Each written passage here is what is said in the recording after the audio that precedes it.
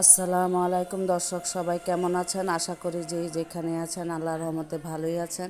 আমিও আলহামদুলিল্লাহ আল্লাহর রহমতে ভালো আছি। তো আজকে হলো ঈদের আগের দিনের রাত্র থেকে শুরু করেছি আজকের ভিডিও।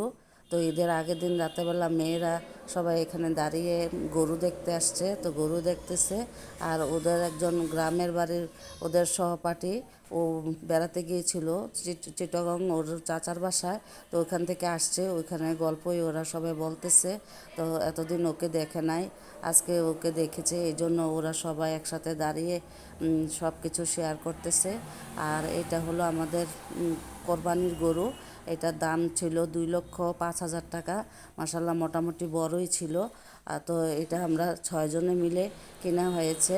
তো গ্রামের বাড়িতে, গ্রামের মানে প্রতিবেশী গ্রাম থেকে কেনা হয়েছে।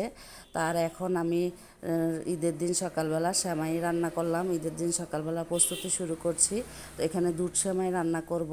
এই জন্য আমি এখানে কিছু দুধ, চিনি দিয়ে, তারপরে এলাচ, দারচিনি, তেজপাতা, কিশমিশ দিয়ে সব কিছু দিয়ে দুধটাকে জাল করে ঠান্ডা করে নিচ্ছি। আর এখানে আমি জর্দা সেমাই রান্না করেছি।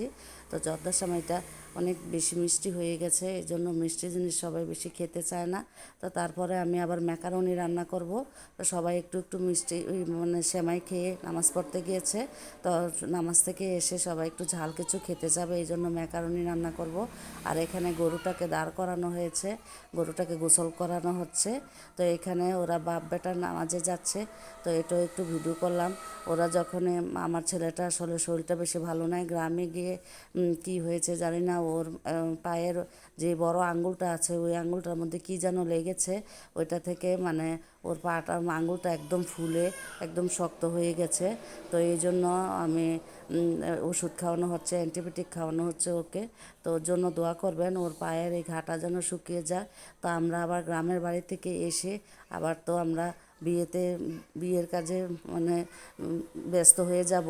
তো বিয়ের ভিডিও আপনারা দেখতে পারবেন যদি আল্লাহ, যদি সব কিছু সুন্দরভাবে হয়। সামনের সপ্তাহে আপনাদের জন্য বিয়ের ভিডিও শেয়ার করব, আল্লাহ যদি সব কিছু ঠিক মতো রাখে। আর এখানে গরু কোরবানি হচ্ছে। তো এই জন্য গরু কোরবানির জন্য গরুটাকে সব কিছু ঠিকঠাক করে বাঁধা হচ্ছে। আর এখানে আমাদের হেফজখানার ছেলেরাও আসছে। তো ওরা বেশিরভাগ ছেলেরাই ছোটোগুলো বাড়িতে চলে গেছে, আর যেগুলো বড় আছে ওরা এবারে আছে। তো ওরা আমাদের সাথে ঈদ করবে। তো আসলে খুব খারাপ লাগে যখন কোরবানি হয়। সব সময় মাংস খেলে কিন্তু এত খারাপ লাগে না, যখন নিজের চোখের সামনে একটা গরুকে কোরবানি দেওয়া হয় আমার মানে নিজের কাছে খুবই খারাপ লাগে। তো আমি কখনো সামনাসামনি দাঁড়িয়ে কোরবানি দেখি না।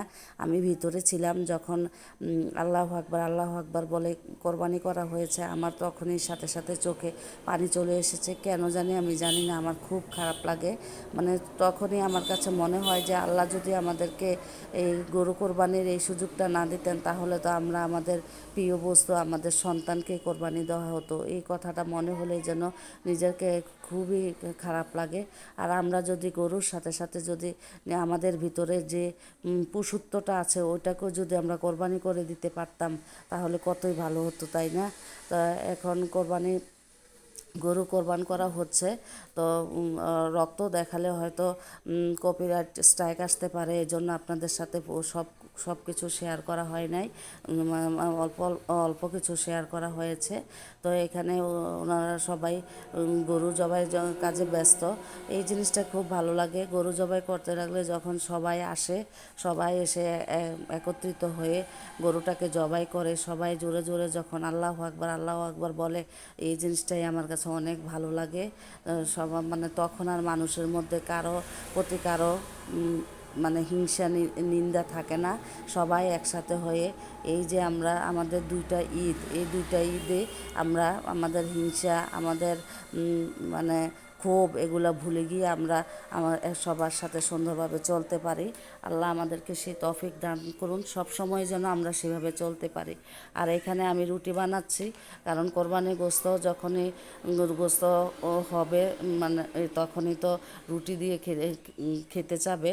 আর রুটি ছাড়া তো কোরবানির গোশত ভালোই লাগে না। তো এই জন্য আমি আগে সকাল সকাল রুটিগুলো বানিয়ে ফেলতেছি। তো আমাদের আবার সবাই 6 জনে মিলে আমরা শরিকে দিই। তো তো এই জন্য প্রথমে আমার সবার ঘরে ঘরে একটু একটু মাংস নিয়ে যাওয়া হয়, নিয়ে গিয়ে প্রথমে রান্না করা হয়। তো এই জন্য এইখানে কোটাকাটি হচ্ছে। তো সবাই আগে অল্প অল্প করে নিয়ে রান্না করা হয়, তো আমাদেরকেও দিয়ে দিবে। তো এই জন্য আমি আগে রুটিগুলো বানিয়ে নিচ্ছি, তারপরে মাংসগুলা যখন হবে তখন আমরা নিয়ে এগুলাকে ওই যে ছোট ছোট করে কেটে নিচ্ছি, বড় বড় করে কেটে দিয়েছে এজন্য আমরা ছোট করে কেটে নিচ্ছি।